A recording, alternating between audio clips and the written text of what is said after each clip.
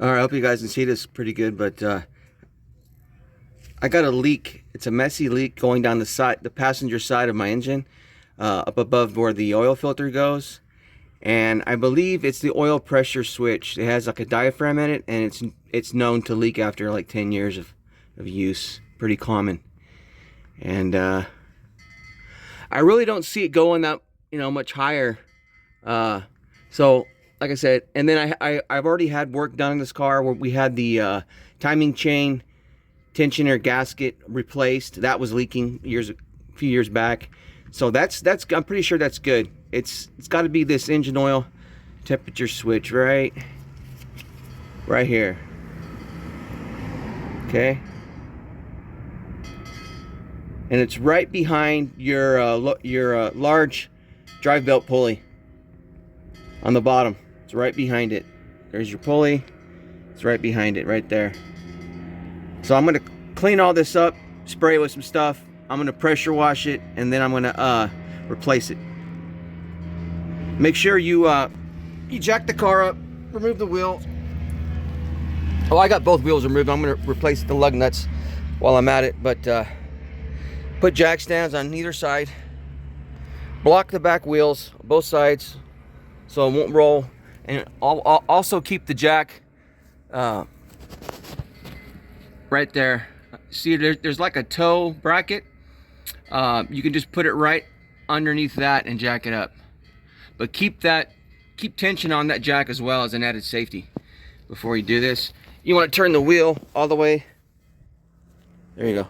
Turn it all the way to the right. So this is kind of more out of your way, so you can get up in here to replace that oil pressure switch. And it's pretty cheap. I got it at Napa for like 15 bucks. I forgot to mention, you're going to need to remove that plastic guard. There's like a little plastic guard, okay, that keeps the water and dirt out of that area. You need to remove that, and it kind of bolts in here. It's pretty self-explanatory. I think I had a couple 10mm bolts, and then there's some plastic clips on the side there, and also along the bottom underneath the car, on the passenger side, up underneath here. And so it's pretty easy, but get that out of your way. All right, I sprayed it real good with this gunk engine cleaner, foamy. All right, I had to get some of that oil and crap off of that area, clean it up a little bit so it'd be easier to work on it, and it just doesn't need to be there. And then got my pressure washer, Harbor Freight.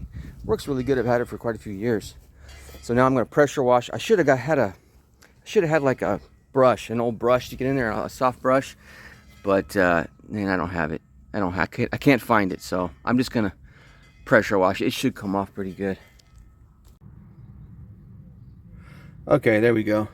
I think I have enough light to show you, but see how I'm laying underneath the car here.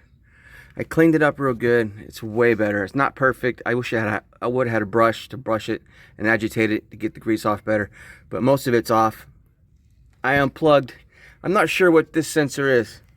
One of you mechanics out there probably know, but I just cleaned it up, wiped it up real good, and then I disconnected it to get out of the way, because I'm sorry about if it's blurry here. This camera is not the best on this phone, but anyway, right there. Okay, the one that's up above this sensor here, or this plug-in here, is your oil pressure switch. And I disconnected the leads. They're different, so you can't mess that up putting them back on.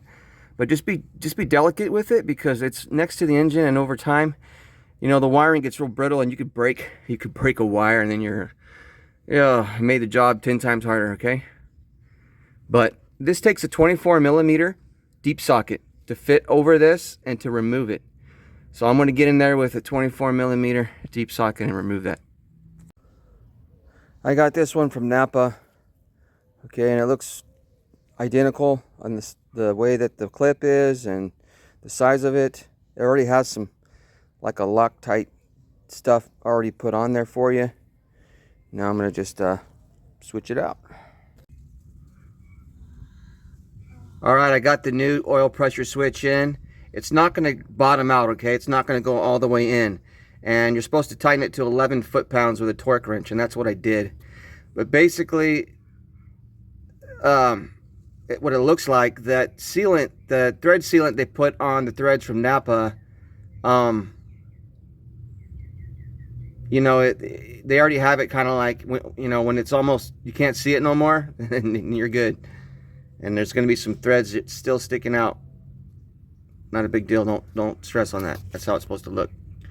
And just clip everything back together. You could put some dielectric grease on the connectors before you plug them back in to their respective spots, and then you're good to go. I'm gonna I think I'm gonna drive this car without the that plastic shield in for a little bit, maybe for today and tomorrow, and just to make sure there's no leaks and to see if this was indeed the problem. I'm pretty sure it was, but anyway. All right, I just got back from my test drive after replacing that oil pressure switch, and I'm getting no lights on my dash. Everything's good. It's driving good, so no issues there. I think I might give it a week. It was a slow leak. It wasn't actually dripping on the ground, but it was making a lot of a mess on the side of the engine on the passenger side. So I'm gonna drive it like this with the plastic off the side of it, go to work for a week.